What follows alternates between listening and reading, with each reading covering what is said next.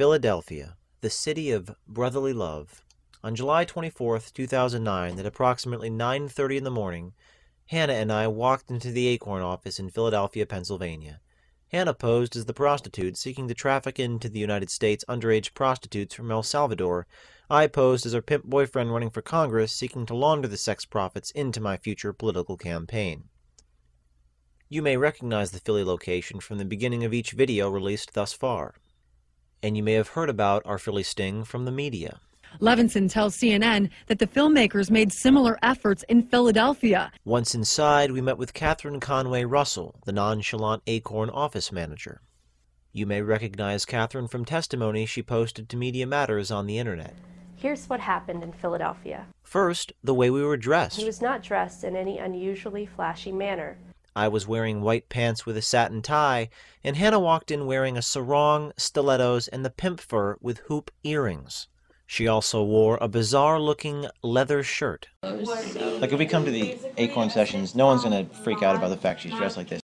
ACORN then claimed that we never even mentioned prostitution. They never said that she was a prostitute. We mentioned prostitution twice. No one's going to be prejudiced against her because she's a prostitute. You guys are saying... And Catherine said that nobody in her office would discriminate against that line of work or anything else.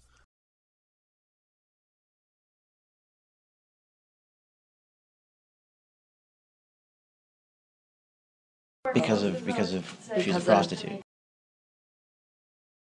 It seems as though everyone has been stating Hannah and I were kicked out of the office in Philadelphia. They were thrown out. Basically got thrown out. Finally, people were thrown out. People are told, we can't help you. The Philadelphia Daily News reported that we were shown the door. The local president, Carol Hemingway, stating we were asked to leave the office after causing a major disturbance. The Washington Post reported similar findings. Even the Philadelphia Inquirer reported we only spoke to Catherine Conway Russell for, quote, a few minutes. Head organizer Neil Herman said again that Catherine had asked us to leave the office. Was it true that we were shown the door and kicked out after just a few minutes? I'm sure he won't show this video on his website. Later in the video, you'll see the full, unedited, continuous tape of our visit to the Philadelphia ACORN. That didn't just last a few minutes, not 10 minutes, or 15 minutes, or even 20 minutes, but 32 minutes long. My camera ran out of batteries at the 26-minute mark, but the audio kept recording. We talked about the abusive pimp and the new prostitution business. And we don't want to have anything to do with that guy. I'm trying to, at least, if not straighten her out, give her own business, where she doesn't have to be beholden to that guy. We said our business was all cash. She doesn't have a credit card. I don't, yeah. Never, ever had a credit card. Everything's in cash. We talked about loan sharks. A lot of the loan sharks know my old boss. We talked about people coming in and out of the house every day. Yeah, and our situation's a little bit unique because we have a lot of people coming into this house every day. In fact, we even told Catherine we were worried about getting in trouble. We don't want to get in trouble with the authorities because what she's doing is we don't want the police to come here to your event and us to get in trouble. You know what I'm saying? Thank you. That's all that we ask. We don't want to get in trouble with the cops because we're obviously doing something illegal. And we want you to trust us, so we don't want it to have you guys freaking out that oh my gosh, this chick's gonna end up dead and we just gave her a loan and now she can't pay the money back. They didn't say. Thank you so much. Then, after we admitted we were doing something illegal, Catherine went to get a document that gave information about attending one of the housing intake workshops. She nailed down logistics of attending the workshop.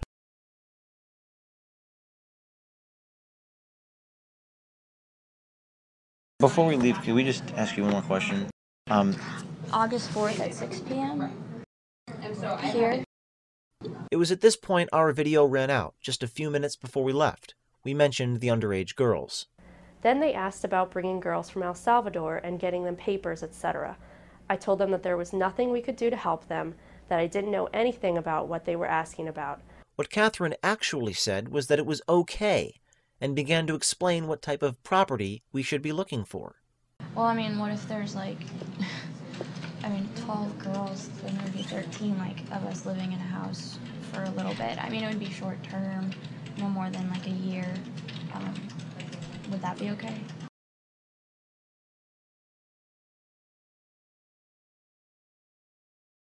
Rooms we have, but we could put a lot of beds in a room or something. I then told them that they had to leave. I had other things I needed to do. But Catherine said her help to us was no problem, and actually gave us her business card and told us to call her before our workshop if we had any questions.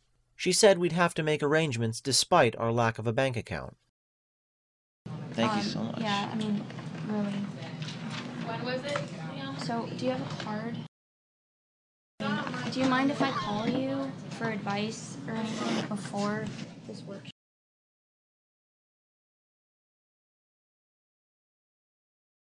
Was there other paperwork that I could maybe try and figure out?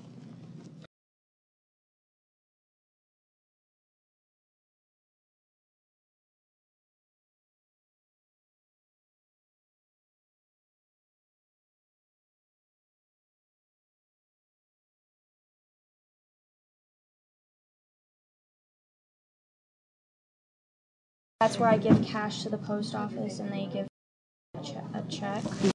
I can do that. Thank you so much. Appreciate it. And on our way out the door, a kind, friendly conversation with the receptionist, who confirmed our appointment. This is the one area that we finally feel welcome.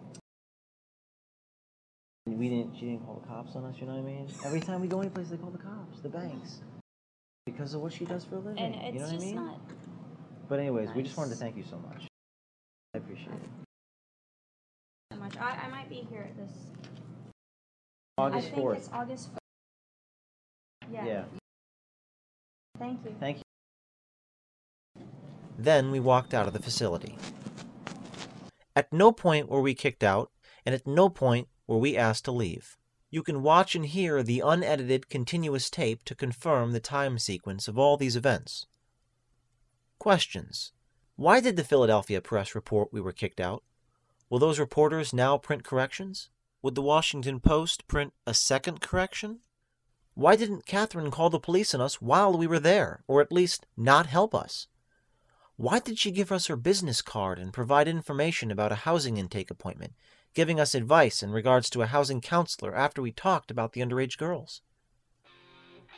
And finally, now that ACORN lied to you, Media Matters, what are you going to do? Give me the drums.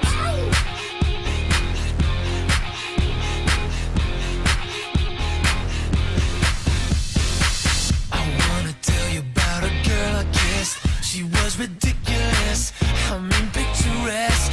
Yeah, she was more than looking beautiful. See, she was in the know with the physical.